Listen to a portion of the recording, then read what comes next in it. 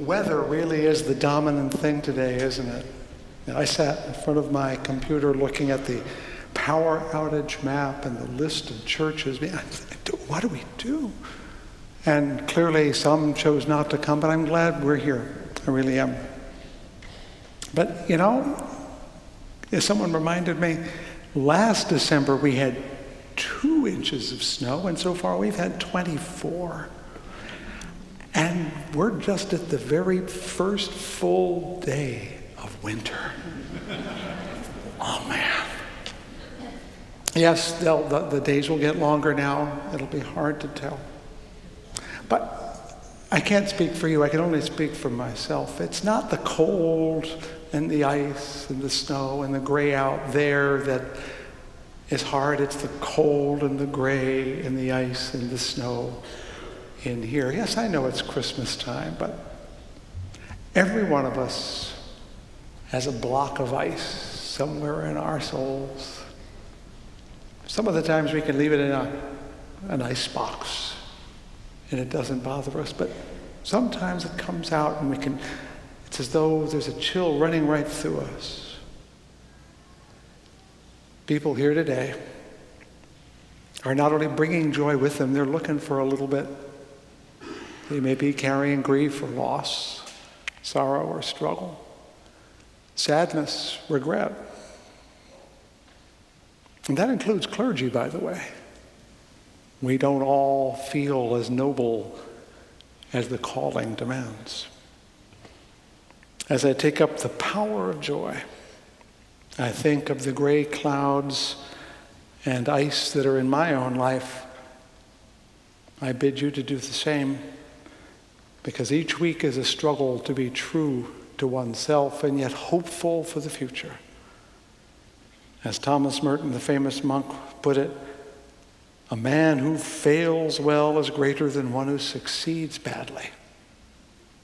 And so each week I hope that my failure will be worthy of his honor. May the words of my mouth and the meditations of my heart be found true in thy sight, thou who art my rock and my Redeemer. So it is the Sunday of joy here at Fountain Street Church. It has been. And there they are, right up there. Last year we had a fun moment because the banner went up inverted so it looked like Loy. And it made you laugh, and that means you were joyful. So there's not a losing proposition here. Some 50 years or so years ago, I thank Jim Anderson for reminding us of Duncan's Little Fair's influence. I think he and a few other folks decided that the Sundays in Advent needed to be more exuberant. And so to the spiritual trinity Paul penned in his letter to the Corinthians, faith, hope, and love, he and his friends added joy. And I got to tell you, when I first got here, this didn't sit well with me. That's part of the ice in my heart. But it's not because I didn't want to feel joyful. Part of it was a little professional competition. Who was this mere mortal man, Duncan Littlefair, to be second-guessing St. Paul, after all?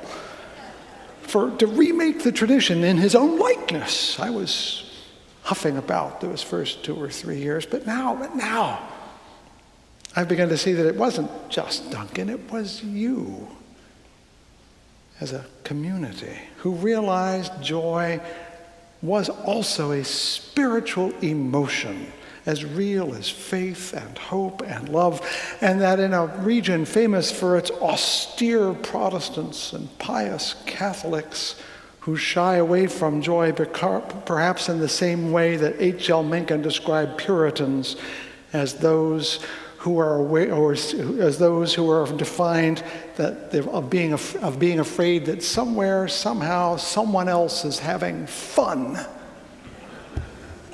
It was important for one church to be joyful on purpose, for no other reason except that joy is delightful all by itself. But there's the problem, because joy is fun. It should be fun. It should be a pleasure. It should be delight. It's the whole reason we want to be merry at Christmas and not just have a good Christmas or have a nice Christmas. We want a merry Christmas. A certain amount of ho-ho-hoing seems to be required. Now, to be fair to our austere Protestant cousins and our pious Catholic friends.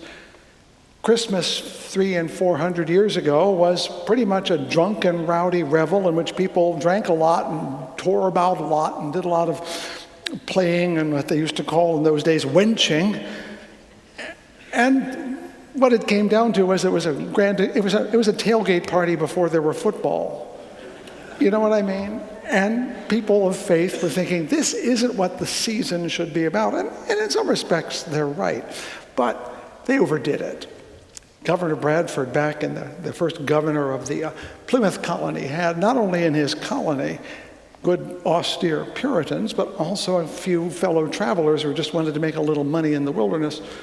And on December 25th, they decided to go outside and play games and have a beer or two, and he chided them for observing a pagan holiday unwarranted by Scripture. And they said, but we're not in your religious community.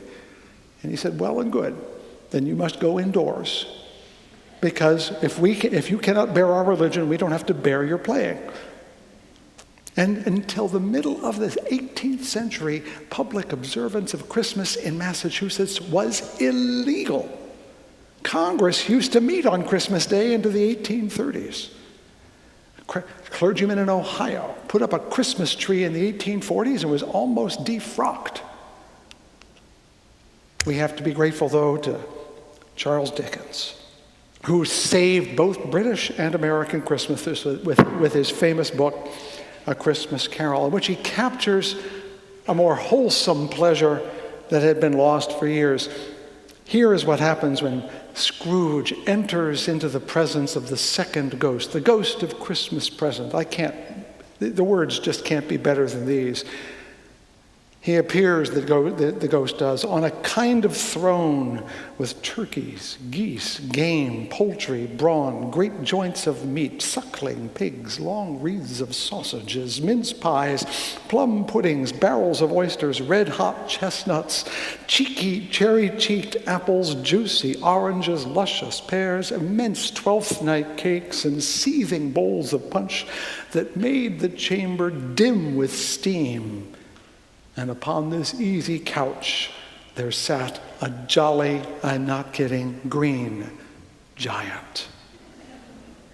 Well, we don't go so far as that at our groaning tables anymore, but it is the season for 2 cookies instead of 1. A second glass of wine, not just one.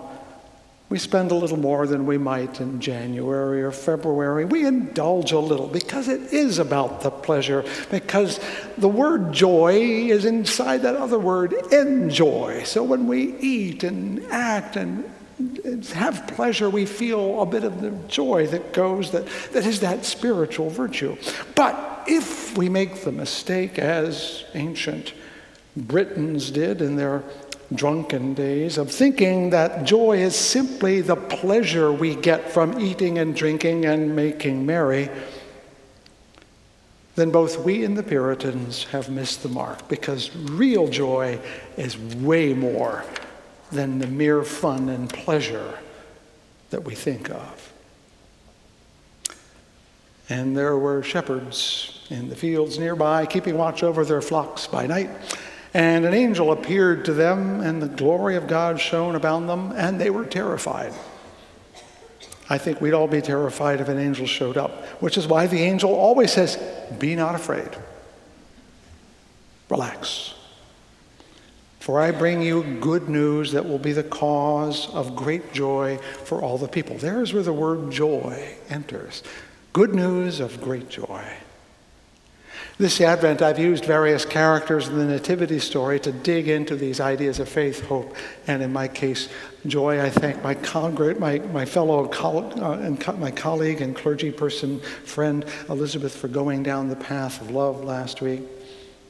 This week, I want to pick up the angels, because there they are singing about joy up there in the heavens, aren't they? Well, actually, maybe not. It turns out, if you read the book really carefully, it says, and there was with the angel a multitude of the heavenly host praising God, not necessarily singing. But we like to think of them as singing. We like to see their little wings up there in the sky. We like to think they have little golden choir books that they're leaning over. That's the way we want it, and we want it to be because singing feels more joyful than just saying, praise be to God. We like to hear that sense of joy that is so immense it comes out as song. Whatever it was a great outburst. And you notice that this is the only place in the Nativity story where there's an outburst. Angel shows up to Joseph in a dream. The angel doesn't sing to Joseph, doesn't sing to Mary, and goodness gracious, if anyone deserved a song, she does. Why do the shepherds? Mere bystanders in the whole show. That's the key, I think. And the way to illustrate this is to talk about joy as something so powerful it can't be stopped. Back in Dickens' Christmas Carol, there's a moment when the young Ebenezer Scrooge, seeing his past through the first ghost, beholds himself in a boarding school all by himself at Christmas holidays. More lonesome picture you could not imagine. And in one scene, the little boy sitting in the school looks up and sees a little girl much younger than the boy come darting in and putting arms around his neck and kissing him and addressed him as, dear, dear brother. I've come to bring you home, dear brother, said the child, clapping her tiny hands and laughing so hard, to bring you home, home, little. Yes, the child said, brimful of glee, home for good and forever and ever.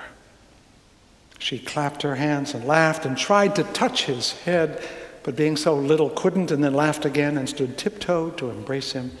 And then she began to drag him in eager childishness, childish eagerness towards the door, and he, not loath to go, accompanied her. You know the picture. You can feel the little girl kind of dancing up and down, exuberant. She can't contain herself. Well, that's what the angels were doing when they were pronouncing the praise to God. They were so excited by joy, they couldn't keep it inside, and that's where I want to go today.